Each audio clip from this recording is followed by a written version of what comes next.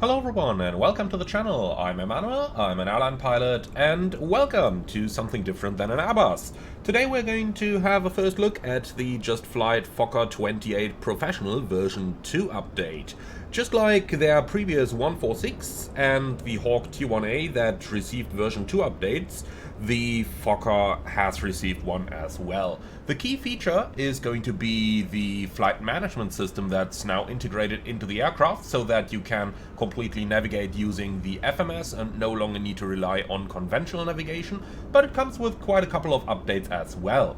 So I want to use this video to talk you over the key features and demonstrate the aircraft on a quick flight from Amsterdam to Brussels. That's gonna take some 25 minutes or so in order to demonstrate the aircraft. I also want to use it a little bit as a reminder of what the Fokker 28 simulation is about, since it's already been 2 years since the first version has been released. So the JustFlight Fokker 28 is a lovely recreation of the, well, Fokker 28, which was one of the first jet aircraft built by Fokker. Now, the F-28 is a good old school conventional style instrument aircraft, and it flies exactly like that. It flies like a pilot's airplane. JustFlight have done some excellent modeling over here. The one thing that I really liked is the air brake, which works in a fairly similar way as it does on, for example, the BAE 146 or the Avro RJ, in that the air brake just deploys outbound here in the back, so therefore you do get a lot of drag. You also have lift spoilers on the wings, which are however only used during takeoff and landing. Well, if you use them during takeoff, something's wrong. So, in case of a rejected takeoff and landing. Now today we are going to fly the Fokker 28 Mark 4000, which is the latest of the Fokkers. And before we join the cockpit to start setting up and looking into the FMS and the things that have been added, let's have a quick look into the passenger cabin as well, because there is a lot of stuff that we should really take a look at that's worth mentioning. Now, JustFlight have done some great modeling on the galley over here, and the one thing that really stands out with this aircraft is the modeled attendant panel. So all those buttons over here do work. We are going to demonstrate a couple of them in a few moments, and even the circuit breakers down here do work, which is pretty nice. Obviously, an old aircraft like this one has a rather simplistic flight attendant panel compared to, for example, your Airbus A350, but nonetheless it is a pretty nice thing. Also over here you do have things like your work lights and the coffee maker that you can activate. Now, the passenger cabin has also received a little bit of an update here. It's not exactly mentioned in the features, but I do think that this actually looks a little bit better than it did on the previous version. So that's what the passenger cabin looks like. In my opinion, a good looking cabin. I will certainly enjoy flying on this one. Now, let's go ahead and head over into the flight deck in order to have a look at what really counts, and that's the avionics insofar as they exist in the Fokker 28 and some of the differences. The first thing that I noticed when I came into the cockpit here is those huge sunshades that have been added to the aircraft over here, and, well, they do stand out. But with those huge windows up here, you really do need them in order to avoid the sun shining right onto your instruments and then reflecting back at you. Alright, so let's take a seat on the captain's seat here and let's have a look down here. That's the UNS 1 FMS, which is the key feature of the new update. Now, we'll go over the exact handling of the UNS 1 once we start to power the aircraft up, but for now, let me just say that you can do your typical FMS routing, and it also comes with VNAV advisory capabilities. You can't couple the autopilot to the VNAV, but the autopilot is a really interesting tool in the Fokker 28 anyway, which we're going to talk about during our flight once again. So, for the time being, that's the new FMS. What's also new in the front is the altitude select panel. So, those of you who have used the Fokker 28 previously will only be familiar with the autopilot modes available up here, which did not include a vertical speed mode, did not include height capturing capability and that good stuff.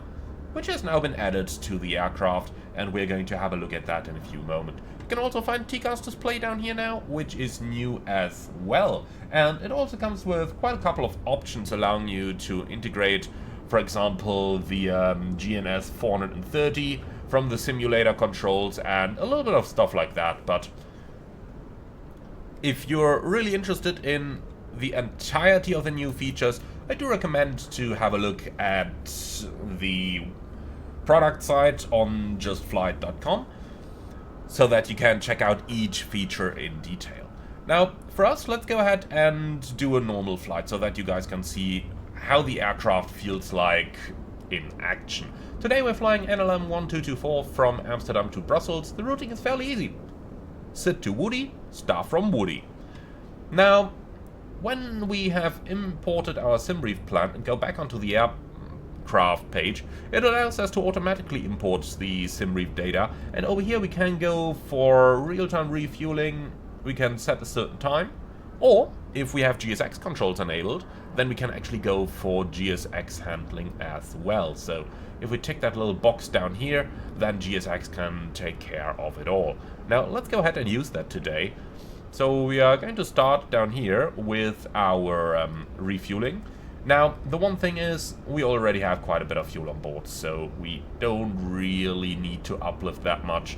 Therefore, I'll just go start refueling down here. And then let's go for boarding, and that's going to be done using GSX.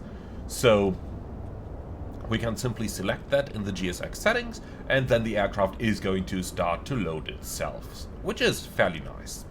We're on an outside stand today, so no jetway for us. We are just going to use the stairs that are built into the aircraft, but just to show you some of the features that I find really interesting on the Fokker. If we were to park at a jetway gate, we could just put this down,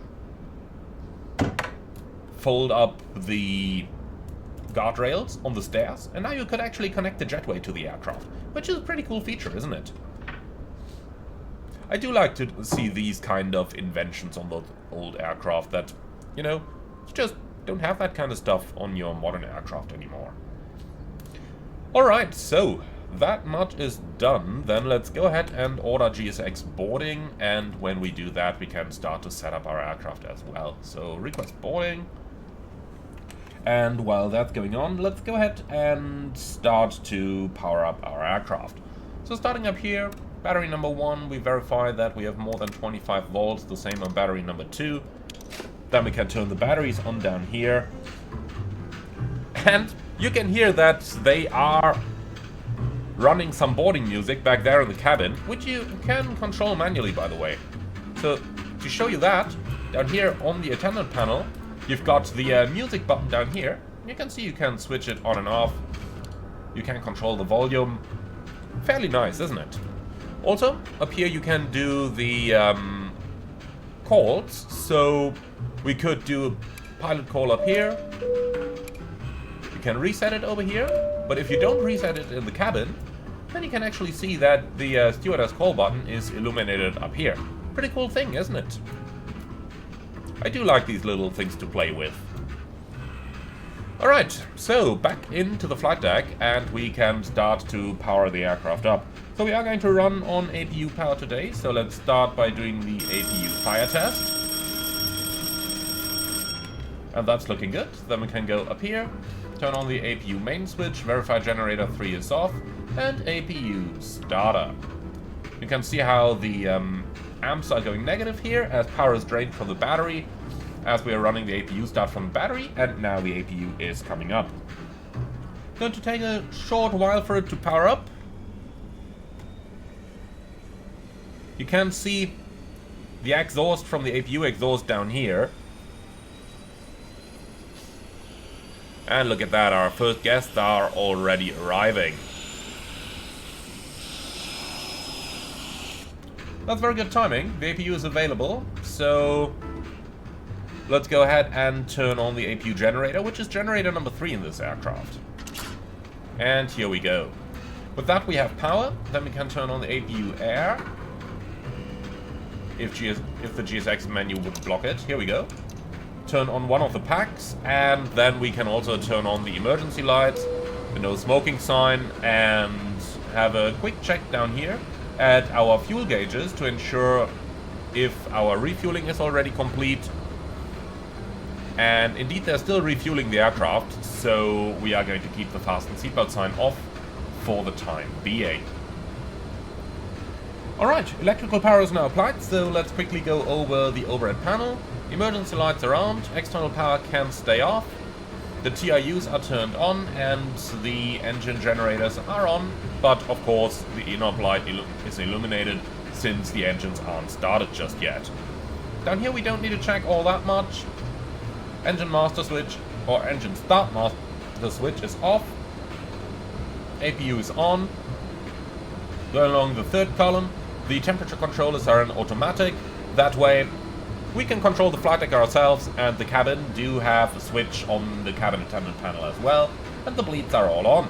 On the anti-ice panel, everything's guarded, the wing anti-ice is off, engine anti-ice is off, and the pitot heat is off for the time being. Down here, no smoking sign is on, we're still waiting for refueling to complete so that we can turn on the fasten seatbelt sign thereafter. Now let's go down to the main panel. We start on here, nose wheel steering switch is guarded, and the warning panel is checked. Then GPS is selected up here, which is important for FMS navigation to work later on. Then we can set the altimeter, and well, we're in Amsterdam, so the elevation is 0. So let's just dial that one in. Here we go. That's it. So, on the altitude selector, that's going to be our initial climb altitude. For that we do need our charts, and something that's new with the Fokker V2 update is the en route charts. Now, something I like about the en route charts is if you zoom in far enough, then you get to see your safe taxi map. And I really do like that. But for the time being, let's go ahead and grab our airport charts. So that's airport down here, and then we also need the parking stands over here. Next up we're looking at the SID, and we are departing via, let's have a look. We're departing via the Kudas 3 Sierra departure. So charts, and we're looking for Kudas 3 Sierra.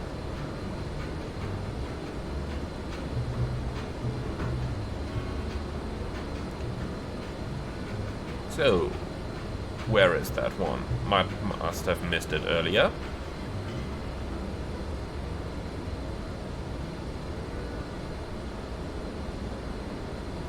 Here is Kudat. Here we go. Kudat 3 Sierra, Arnav departure. And we are fully able to fly that nowadays with the updated FMS. Alright, so initial climb is flight level 60. Now what we're going to do down here is we're going to pre-select the altitude alert, and now we can dial in flight level 60 down here. And here we go.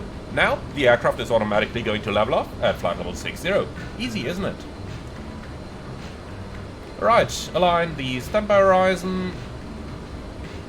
Here we go. Then our engines are all set up for the time being. Then we can move down here, and let's see, our brake pressure, well, is not all that much. Let's go ahead and charge them up. So just turn on the System 1 electric hydraulic pump, and the brake pressure accumulators are now charged. Hydraulic pressure itself is all the way up, then we can turn it back off again. Any-skid system test, looking good. The flight control system switches are on, then we can do the fire tests. Engine 1 and engine 2. TVI test, which brings up the engine vibration, like that. Fuel quantities are approaching what we want, but I don't think it's finished just yet. So, fuel pumps, just test them one by one, make sure all the individual pumps work. The lift dumpers are out, and then we get down to the light panels.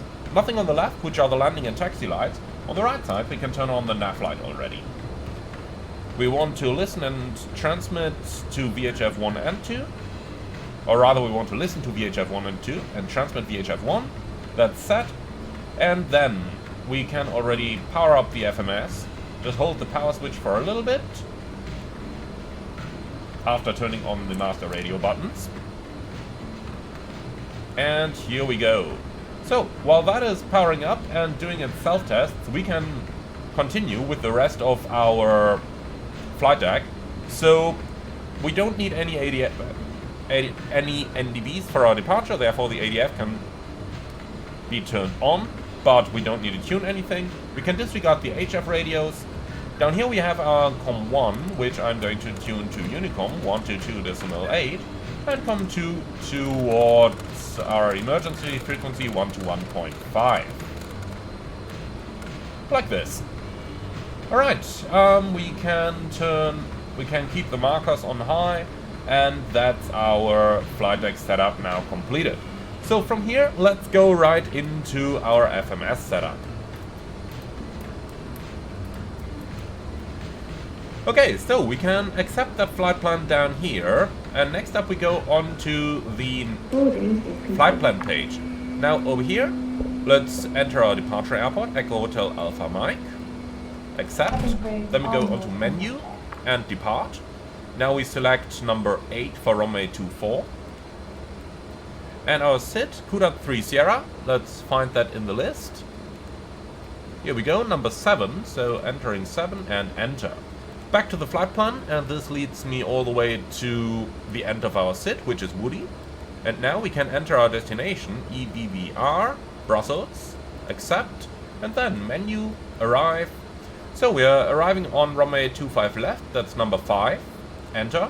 Our arrival is going to be from Batty, so Batty 6 Alpha arrival. And then we select the ILS Zulu approach, which is number 4. And the transition, we'll have to see about those. So let's quickly go over to the charts again. Arrival. So star. Let's see what we have over here. Looking for Batty. Here it is. Batty 6 Alpha. Let's pin that. Actually, I'm mistaken about that. It's Woody. Woody 8 Alpha. And you are going towards Antwerp, VOR. So we are looking for the Alpha November Tango arrival. But first of all, let's re-enter that star. So I've just marked the star up here again. And then we're looking at Woody. And now, just to verify, Woody 8 Alpha is the one going to Antwerp, VOR. So Woody 8 Alpha is that one, number 11. Here we go. Then our arrival is still the ILS Zulu approach from Alpha November Tango. Enter. And now we can check our flight plan to ensure that everything is correct. And we've got Amsterdam. Then we have our SID. That one goes to Woody. And from there we have the star, which goes all the way into runway 25 left. Note that you don't have missed approach over here. So missed approaches still need to be flown conventionally. And when we're done with that, let's go on to the fuel page, and over here we can already see our loadout. So we're in pounds over here, while we are in kilograms up here. You can change the units, but so we can just go to pounds down here, and now we get everything in pounds. So that's easy going. Now let's go ahead and have a look. We do have 65 passengers on board, as we can see down here.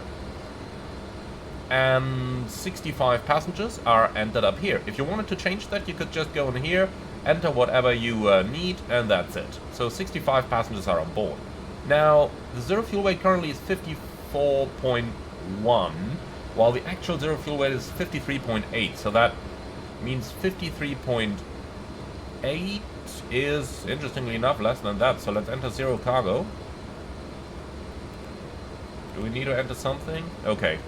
1 kilo cargo, fair enough. So now it's 50.9 and we need 53.8, so we're looking at roughly 2,000 pounds in the cargo hold. So let's enter that. So 2,000 pounds is in here. Over here you can enter all your alternate fuel, final reserves, extra, and so on. I can't really be bothered with that right now, or actually I can. Let's go ahead and look that up. So SimRiff dispatch,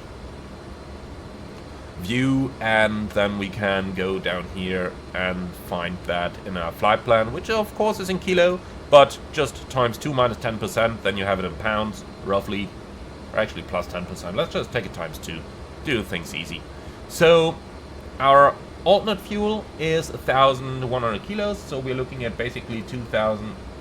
No, that's wrong. Alternate up here, 2,200. Then our holding fuel equals the final reserves, so that's 734. So roughly 1,400. Extra, 0, and fuel on board, which we can take right from the EFB again, is 7,100. It's automatically synchronized it here. I'm happy with that. Alright. On the next page you can get a little bit of basic data. We'll have a look at that in flight. So, with that ended, let's go onto the nav page. Up here we can get everything important for us. And you will see that the HSI is automatically updating with our bearing, our deviation from the expected course. So we are not on the runway right now, so we are not on the expected center line of the course, therefore slightly offset over here, and 2.7 miles to the next waypoint. So that's about as easy as it gets. If you change over to nav over here, then you're back on conventional navigation, but we want to use the GPS, respectively the FMS. Last thing for us is to go up here onto the LCP, where we can turn the radios on, something most flight simmers do seem to forget. And then we can set up our flight director, and I'll set it to Vorlog so that it follows the GPS. You can see that down here as well. GPS is active on the flight director, and then we'll just go for a 10-degree pitch for the pitch command, and that's it. Alright, and that's our aircraft now fully set up. Down here we have our takeoff data. We are gonna do a flap 6 takeoff, so if we just click on that, you can see it automatically sets all the bugs. Well, and with that, flap retraction 141, single engine climb at a 151, and that's everything we need. That's about as easy as it gets. Climb test down here, forgot that one earlier. Works. Perfect. Alright, lovely. Then we can close the door or we can keep it open. Doesn't really matter. Let's go ahead and close it because, well, modern day standards and stuff like that. And with that, we are fully ready for engine start. So let's go ahead and get GSX to prepare ourselves for pushback and departure. And pushback facing southeast, please. Well, and with that, we are pretty much ready to go. So let's go ahead and remove those chocks, and then we can run the before start procedures, which are fairly easy to be honest. And the collision light's coming on, and we'll also turn the transponder on. That's it. Alright, cool. So, clear to push and start. Park and brake is released. Quick check that we have sufficient hydraulic pressure in case something goes wrong, which is looking very good today. And then we can go ahead with the engine start. So, fuel pumps are coming on. And the rest is actually fairly automatic for a 1960s aircraft. So let's go ahead and start the engines, and we do this by simply turning on the engine start master. Now let's go ahead and start engine number 1. So start master to the left. You can see, and here it automatically shuts off the air conditioning. And now we can monitor our engine start down here. Now in this aircraft we have HP and LP. HP is high pressure, that's basically N2, and the left side is basically N1. So 15%, fuel valve into the start position. And now our engine starts to start up. And while that's in progress, we're waiting for ignition, which is now coming. And at either 50% or 400 degrees TGT, we are going to switch the fuel lever all the way forward.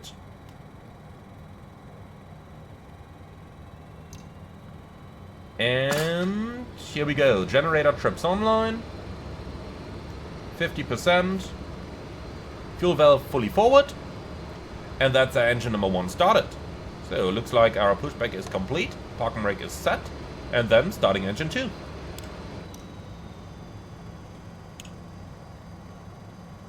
So same thing again. N2 is increasing. Looking for 15%. We don't have FADEC over here, so gotta keep that in mind. Right, we have 15%. Fuel on. Where is that bush coming from? And why isn't it burning right behind our aircraft? So, GSX disconnecting the tuck down there.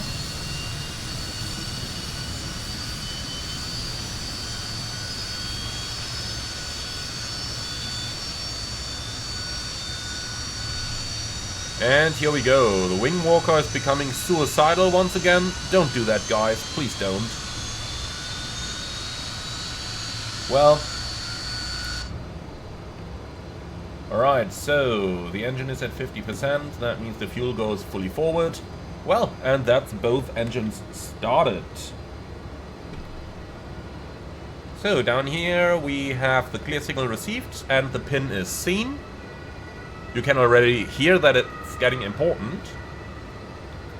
Alright, so the generators are online and looking good. So Gen 3 off, APU air off. We do notice a drop of at least 5 psi up there. Then the packs are coming on. The engine anti-ice is not needed, but we'll switch it to auto. Pitot and static heating on. Fasten seatbelt signs should already have been on at this point. And then down here, flaps into position number 6. And, well, that's it. So let's release our flight control lock. Control track. Full forward, full up, neutral, full left, full right, and neutral. Right, autopilot damping can already go on. We do need that for takeoff. And with that, we are ready for taxi. So, taxi light extended and on. Parking brake released. We can reset the warning. There is nothing visible over there anymore. And then the left side is clear. The right side is clear. Let's go.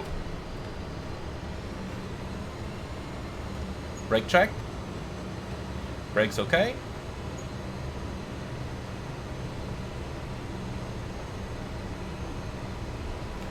So, onto the center line, and the rest of the taxi is fairly straightforward.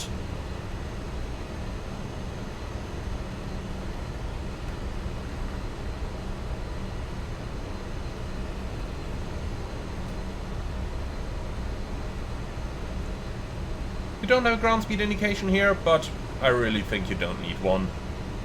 You're sitting very low in this aircraft, makes it very easy to judge your speed. If you feel that you're going too fast, you are probably going too fast. So taxiing to runway 24, which is just about over there. So fairly easy taxi. From down here, we are now entering Alpha 3 and then Bravo to the holding point.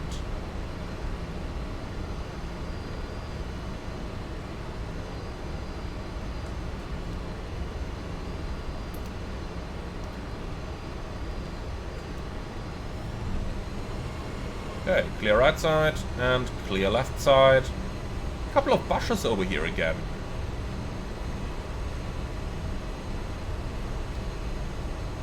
I have a feeling I might have forgotten to deactivate the default Amsterdam before copying in flight Tampa scenery. That's probably it. Alright. So let's review our takeoff briefing. Our SID is an on-off departure, which we can simply follow down here. We are going to use the automatics today to see how they operate.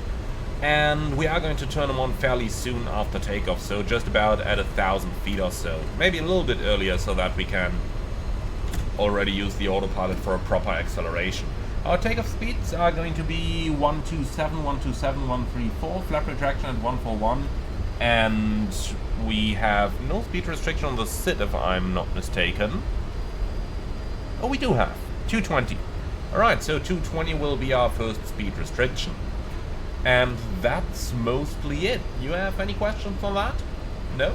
Perfect.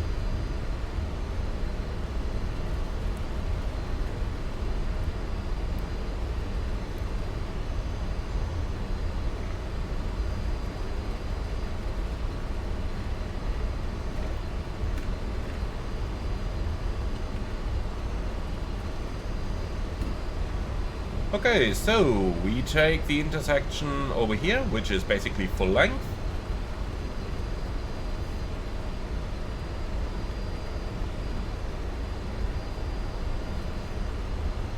And then we can do the lineup. So, strobe light on. And here we go, runway 24 via Sierra 7 East confirmed.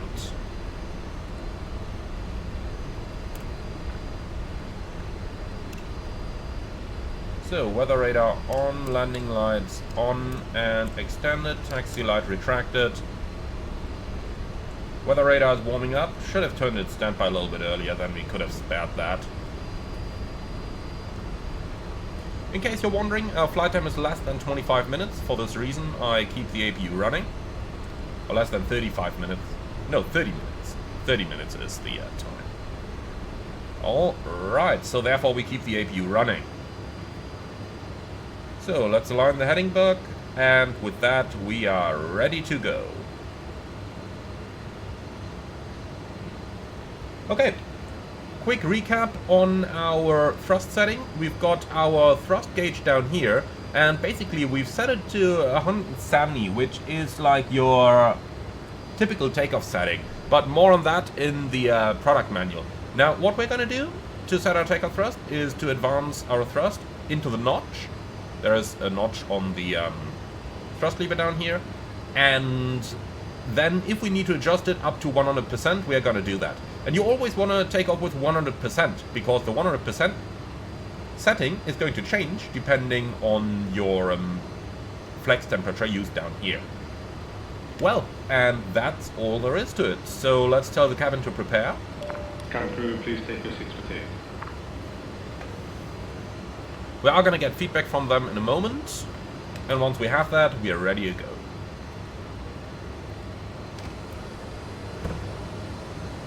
Cabin is secured for departure. Thanks.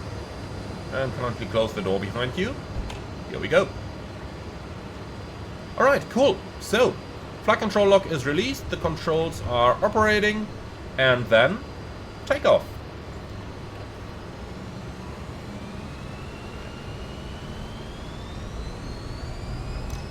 You could just hear the notch over here. It looks like we need a bit more power. So gauge up to 100. Here we go. 80 knots. Checked. Ooh, a little bit of wind here. Rotate.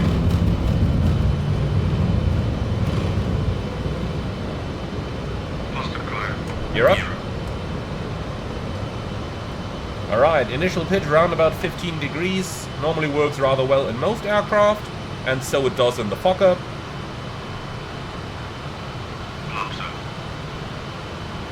And, well, yeah.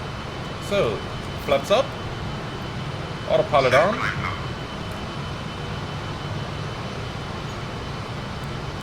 Climb power set down here. And then we're looking at a 220 knot restriction, which is just about here. So let's go to speed hold. Do note that once we're airborne, we actually got to arm our altitude pre-selector, so that it actually levels off over there.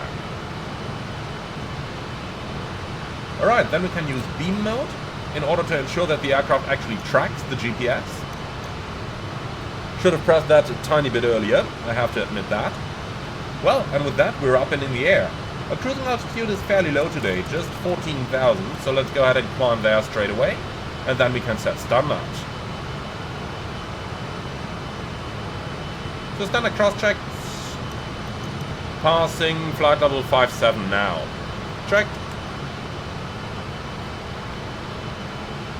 So the aircraft navigates on its own along the route. Then we have passed that first waypoint over here, so maximum 220. And that is until Alpha Mike 003, maximum 220 knots. So let's go ahead and maintain 220 for the time being. And we are inbound Alpha Mike 003 now. Once we pass that, we can continue to accelerate towards 250 knots.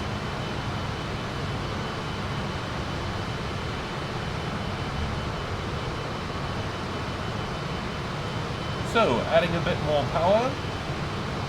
We're looking for a TGT that's not below Well, that's not above 470, so basically up to the amber arc over there.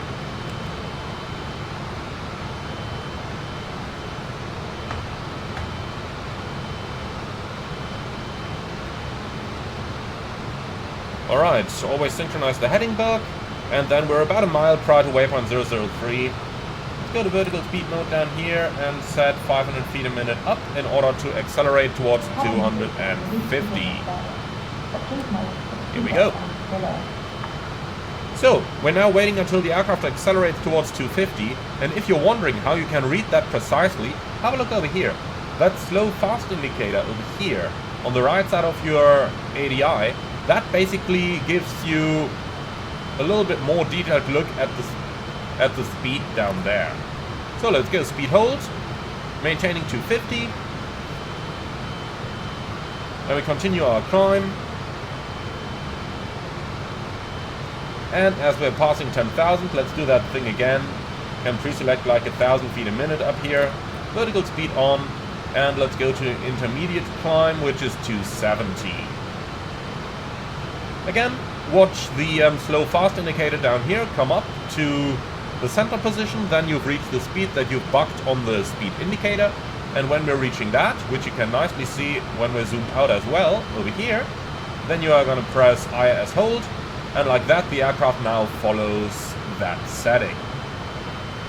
Right, we're above 10,000, so fasten seatbelts are coming off. Lights are coming off. And last but not least, we check the cabin pressurization. You can see that our pressurization control is basically set down to 0 over here. Because, as you can see, 0 feet cabin altitude, maximum 18,000 feet flight altitude.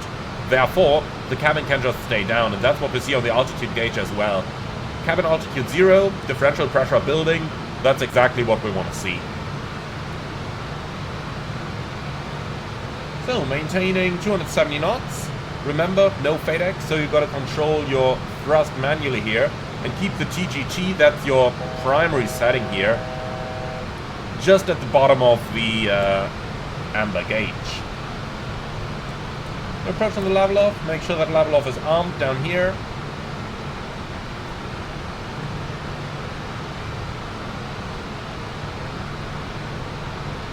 And that's that already.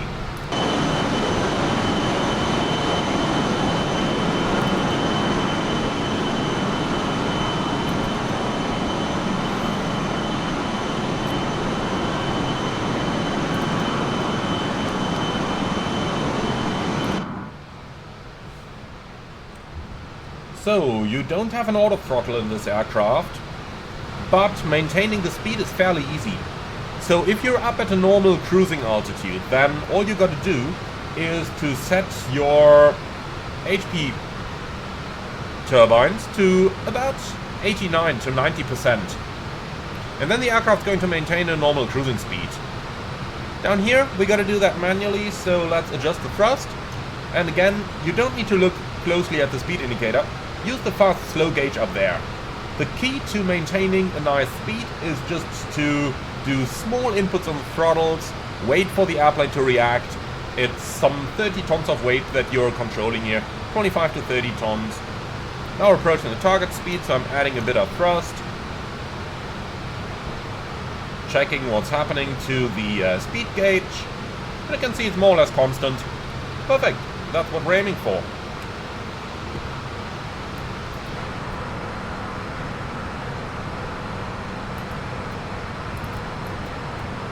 And that's what it looks like from the cabin.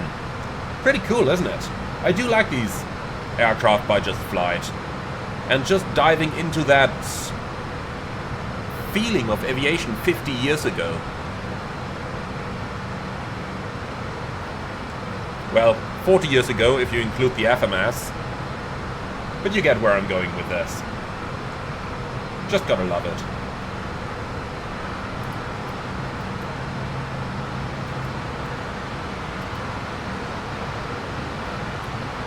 So, the pilot pole is still illuminated. Let's reset that. You can see cabin temperature controllers over here, fully simulated. You do see the response on the gauge. And down here you can control your cabin lights. So right now we can see the dome light is on. And I believe it's the one on the left. Yep. And like that you can custom control the lights in the cabin. Fairly nice. Fairly nice. So, crew only. Suppose that's us today.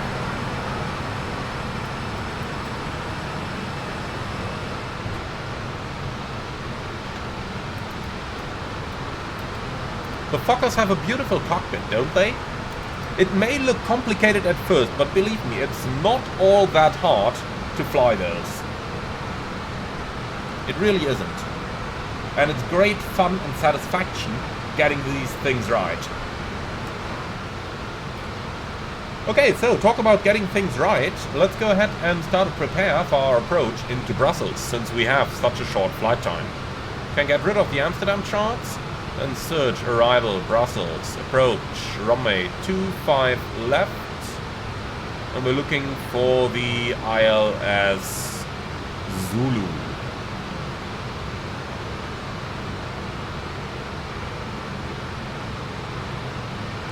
I can see loads of whiskeys over here.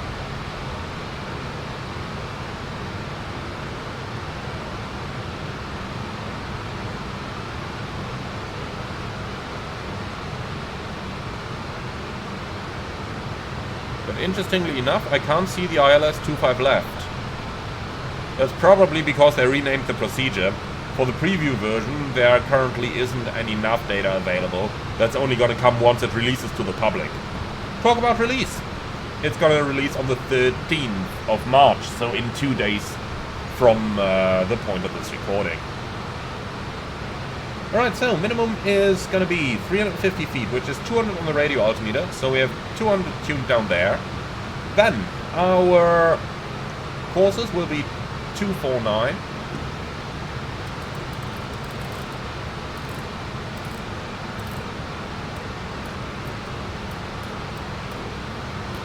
So, 249 and 249. And the frequency is 110.35.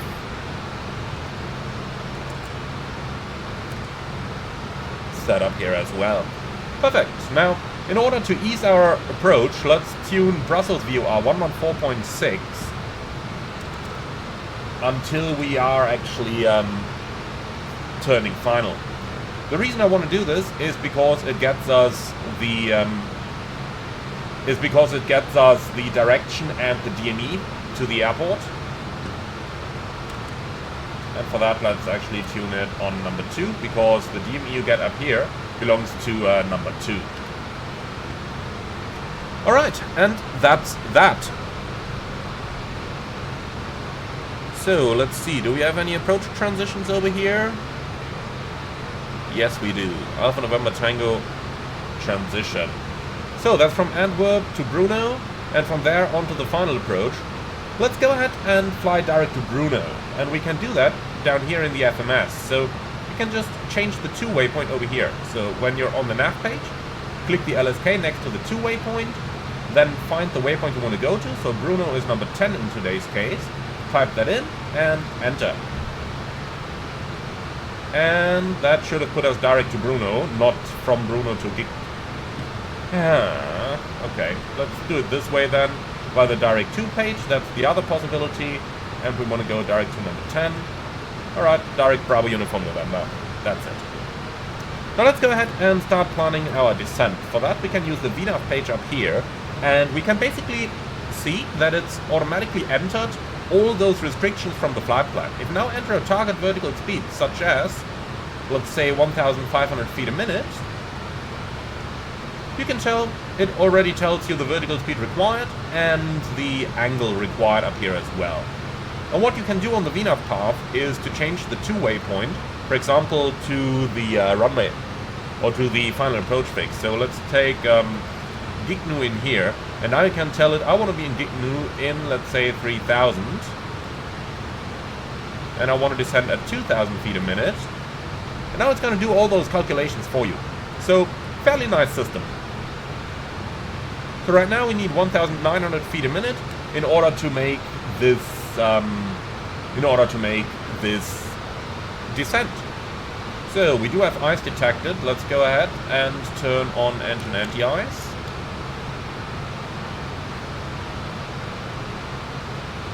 And then fasten seatbelts are coming on. Let's go ahead and descend to flight level 70. And we want to do that at 2,000 feet a minute, so let's dial that in. Vertical speed is on, and we want to capture the altitude marked in here. Remember, you don't have auto throttle, so you gotta change your thrust manually. So, vertical speed required 2,150. I'm not chasing it too precisely. Just about 2,000 is fine with me. Because that vertical speed requirement is going to reduce anyway once we pass 10,000. So, since we're now descending, our landing field elevation needs to be set, and that's 175. So we just dial in 200 down here, and that's it. It's funny, you are descending and it actually increases the cabin altitude. That's of course because we didn't need any cabin differential pressure. Oh, sorry, we didn't need any cabin altitude. Of course we needed the differential pressure. So, looks like ice is no longer detected, engine anti-ice off. But we aren't really in icing conditions here. There might be a little bit in the Virga over there. But let's fly in that direction and actually find out about it. So, Brussels Airport is on the right hand side there, 23 nautical miles. Let's see if we can actually see it already. No, not yet.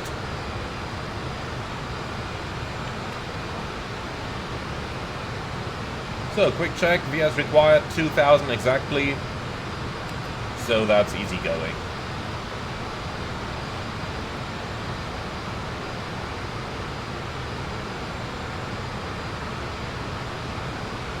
So, weather radar. It's just the standard Asobo radar, so don't get too fancy about this, but let's still pretend to be setting it normally, shall we? Alright, passing 10,000, let's decrease that rate of descent a bit, speed back towards 250. Here we go. Nope, don't want to pull the throttles back that much. Here we go. And we're through 10,000, so landing lights getting extended and turned on. Coming through, 10 minutes to landing.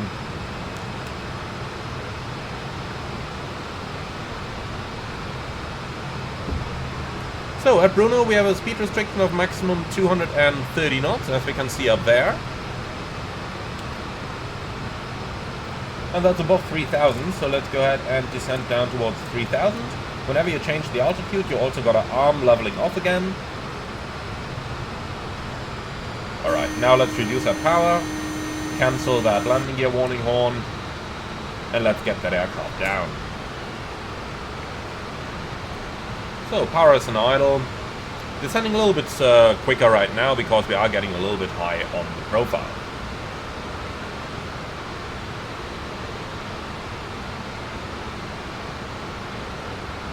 So let's reduce that vertical speed a bit.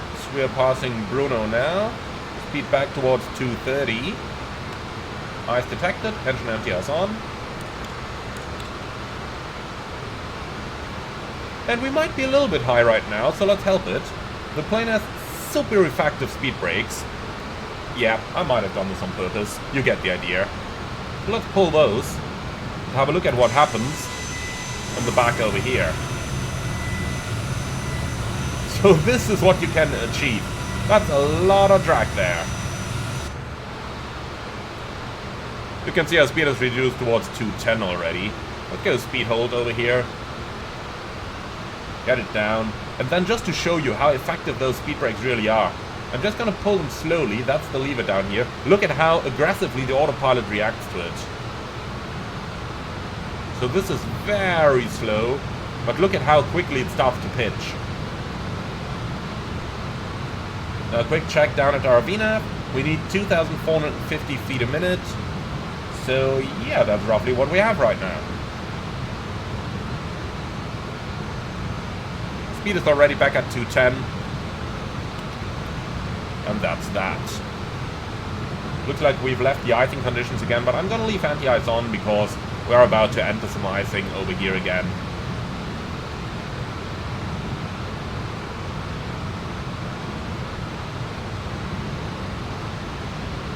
So we are 13 miles from the airport, passing 5,000. With the speed brake, that's not going to be a problem. Without speed brake, I'd start to get worried now.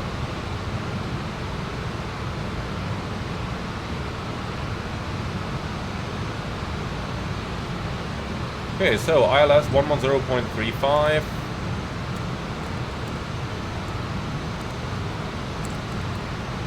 Start on both sides. And here we are, right on the glide slope. Perfect. So let's slowly retract our spoilers here in order to stay pretty much right on that glide. 1,000 to go.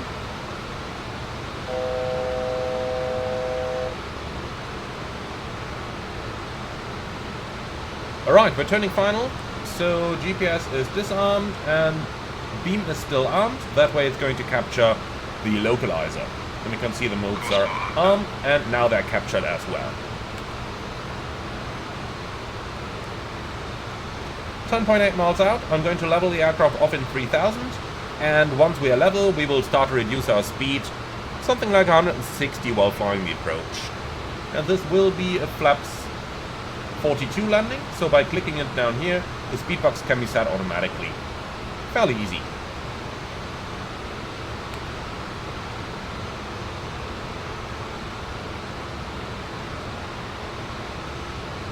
Alright, so we have localizer capture, runway heading set. Okay, glide slope is armed and selected on the flight directors as well.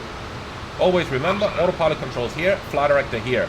So you got to set those things independent from one another. 2,500. Alright, flap 6.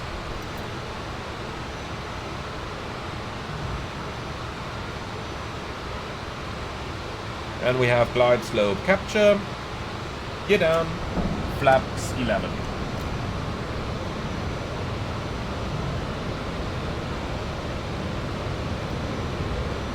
Alright, the missed approach altitude will be 4,000.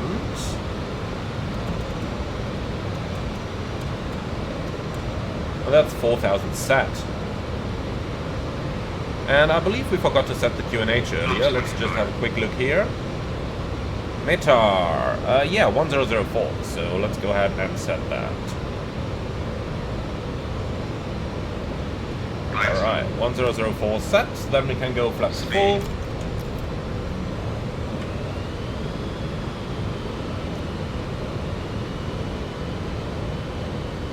So, airplane, please keep following the glides.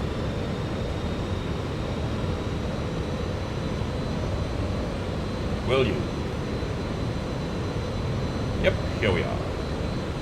Alright, and by clicking the approach speed down here, it's going to set that bug automatically, so now we can control the speed via the fast slow indicator over here. That's about as easy as things are gonna get. Alright.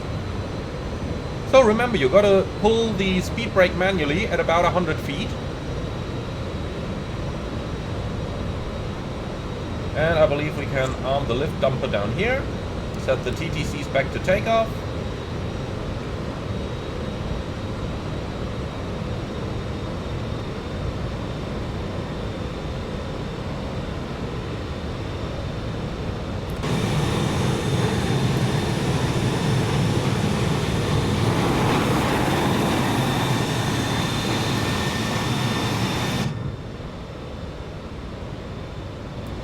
Cabin crew, please take your seats for land.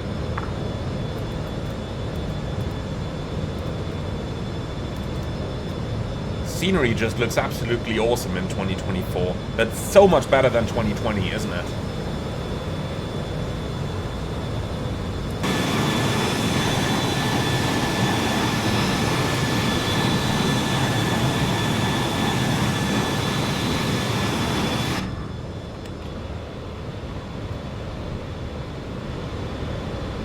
Okay then, let's turn off the autopilot.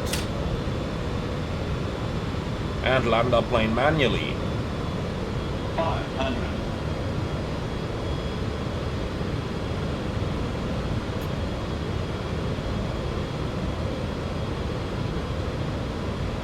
Very controllable aircraft. You can really feel that those 1960s aircraft are made for the pilots. Minimums. Continue.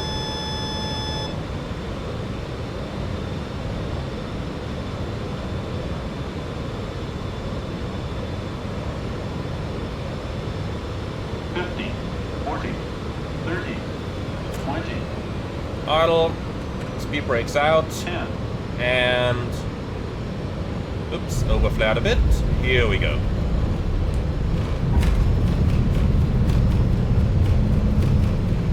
Okay, lift dampers are out. As we can see over here, some very effective tools down there. And then we're going to take the next exit off to the right.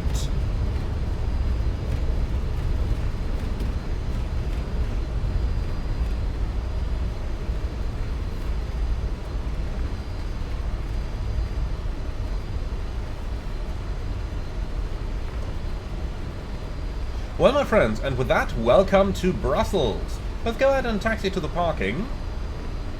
We're going to cross runway 01, and we're clear on the right side, and clear on the left side. Beautiful weather here, isn't it?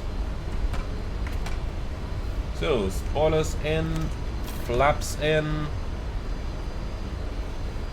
lift dampers are disarmed. Landing lights off and retracted, taxi light on, strobe lights off, APU is already running, and weather radar standby. Alright, and that's all we've got to do over here. So, let's find ourselves a parking spot.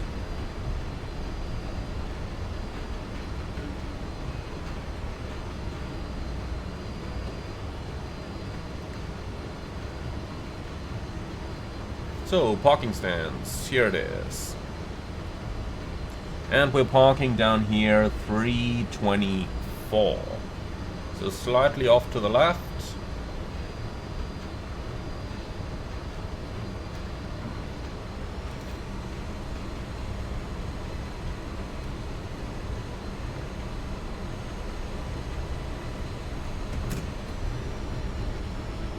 So left onto uniform, then left on 324.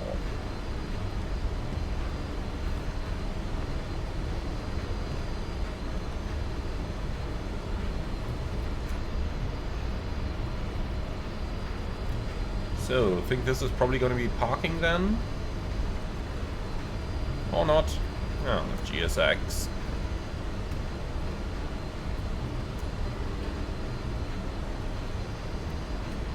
So, gates.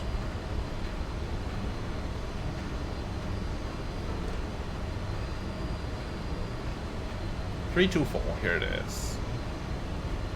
No follow me needed, handling by Avia partner. Here we go. Perfect.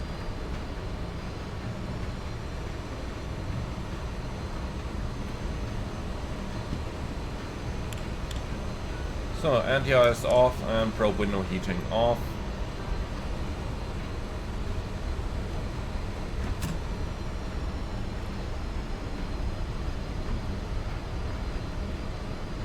And here we go. Stand 324. Taxi light off.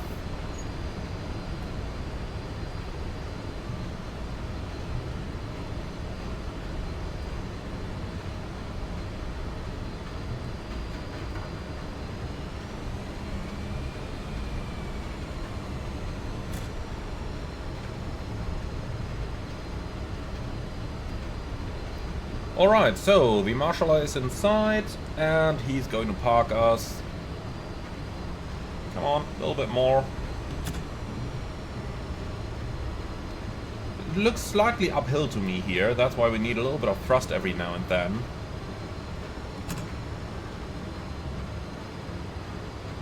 A little bit more thrust. And stop. Very good. Parking brake set, generator 3 online, and then we can cut the engines. Left Having approved, and right. manual cross check. Alright, engines running down. Below 20%. Beacon light is going off. And then on the overhead. APU air on, 1 pack off. The anti-ice is set. Fasten seatbelts are going off. And weather radar. I'll turn it off completely already. Fuel pumps are off. And that's it. So, flight control lock is coming on. And with that, welcome to Brussels. So let's open the door, which we can do manually with the switch up here. I do like that. Well, and then we can go ahead and request deboarding. Alright, so reset that, and yeah. Let's turn that music off, shall we? Alright, my friends, and that's it. Our first flight in the upcoming JustFlight Fokker 28 V2. It will be a free update for all of those who already own the Fokker. And I am sure you are going to love it. Having the capability to do modern days navigation is just pure gold. So, thank you very much for watching. As always, I do hope that you have liked our flight. Be sure to leave your feedback in the comments underneath the video. As always, like, comment and subscribe. And if you really love what I'm doing on this channel, I would appreciate a small donation through the Buy Me Coffee link in the video description below. Thank you very much for watching, and I'm looking forward to see you all again on the next one.